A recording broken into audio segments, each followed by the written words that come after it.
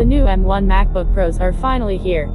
And while the fully spec'd M1 Max model may be dominating the headlines, I think it's arguably a lot more important to see how the base-level MacBook Pro performs. If you spend the least amount of money, you can on a new MacBook Pro. What's the experience going to be like? Design. When looking at this device in clamshell mode, you almost forget this is a 2021 device.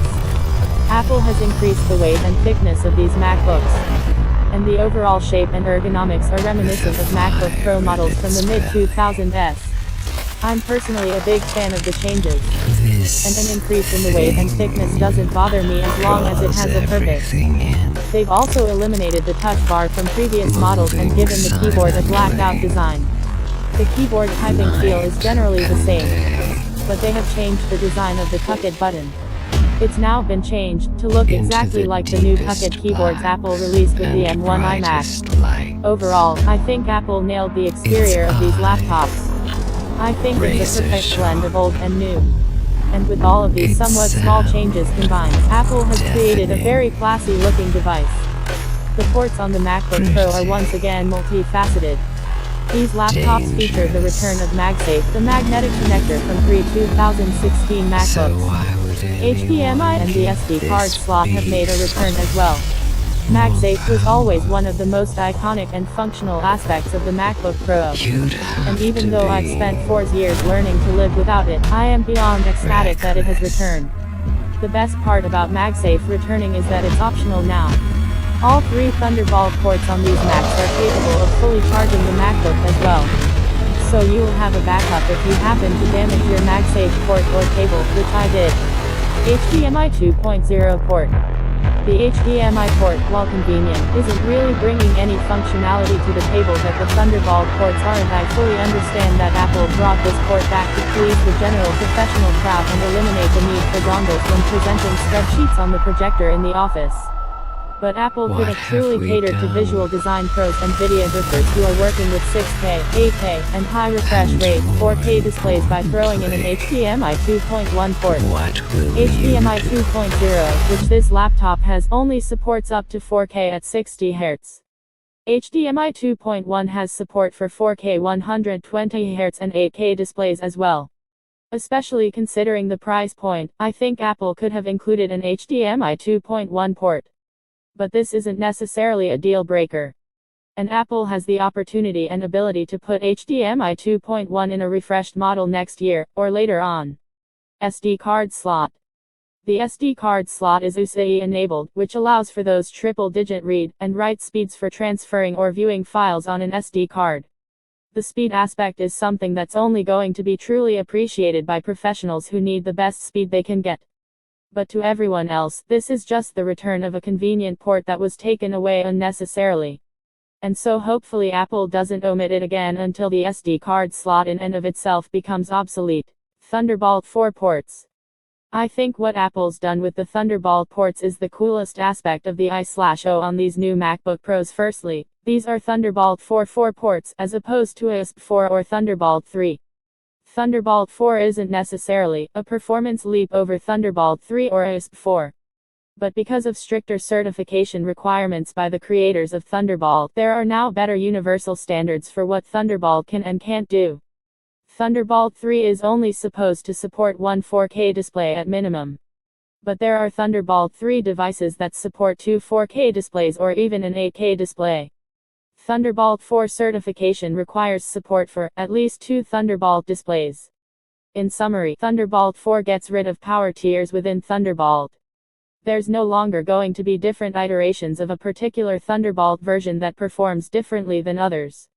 The best part about the Thunderbolt implementation here is that each Thunderbolt port has its own controller.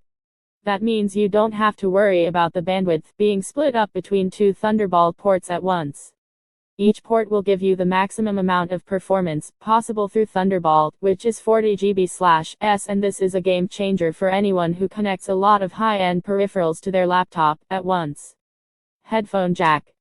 Apple moved the headphone jack back to the left side of the MacBook Pro, which is the way it was before 2016.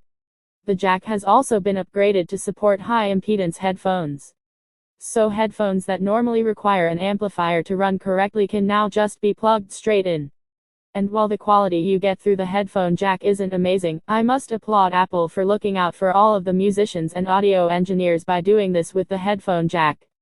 Outside of my HDMI 2.0 complaint, I think Apple nailed the I/O here with these new pros. I don't think many professionals will have much to complain about with the port layout here, and I think that means Apple's succeeded.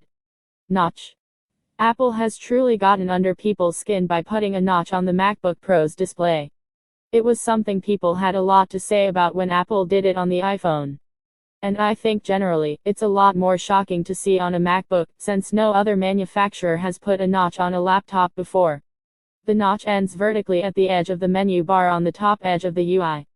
So it's not actually taking up space that normally would be in use anyway. Unfortunately, though, Apple so far hasn't really thought about items on the menu bar that may be masked by the notch. Quinn from Snazzy Labs was one of the first reviewers to highlight this issue. Apple treats the notch from a UI perspective as if it isn't there. When you move the cursor over the notch, your cursor will disappear. Unless you've got dozens of menu bar items constantly in play, this shouldn't be a huge issue. Outside of potentially blocking menu bar items, it's not taking up any extra space or giving you any less screen real estate than what you've gotten on prior models. These laptops do not have a 16:9 aspect ratio display and never have. So when you're watching full-screen videos, those black bars at the top and bottom will always be there, notch or no notch. Display. The actual display technology used in these MacBook Pros are nearly perfect for most users. I really don't like throwing around words like that very often. But from an engineering standpoint, these displays are marvelous. We got a taste of this technology in the 12.9-inch iPad Pro that was released earlier this year. This is now a mini LED backlit panel that's going to provide better contrast, dynamic range, and brightness than we've ever gotten on a MacBook display.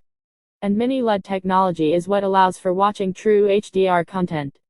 This display can get as bright as 1000 nits sustained and supports up to 1600 nits of peak brightness for HDR content. That's insanely bright compared to the 500 nits of maximum brightness on the previous models. The fact that Apple was able to fit a display capable of all this inside this thin of a chassis is incredible.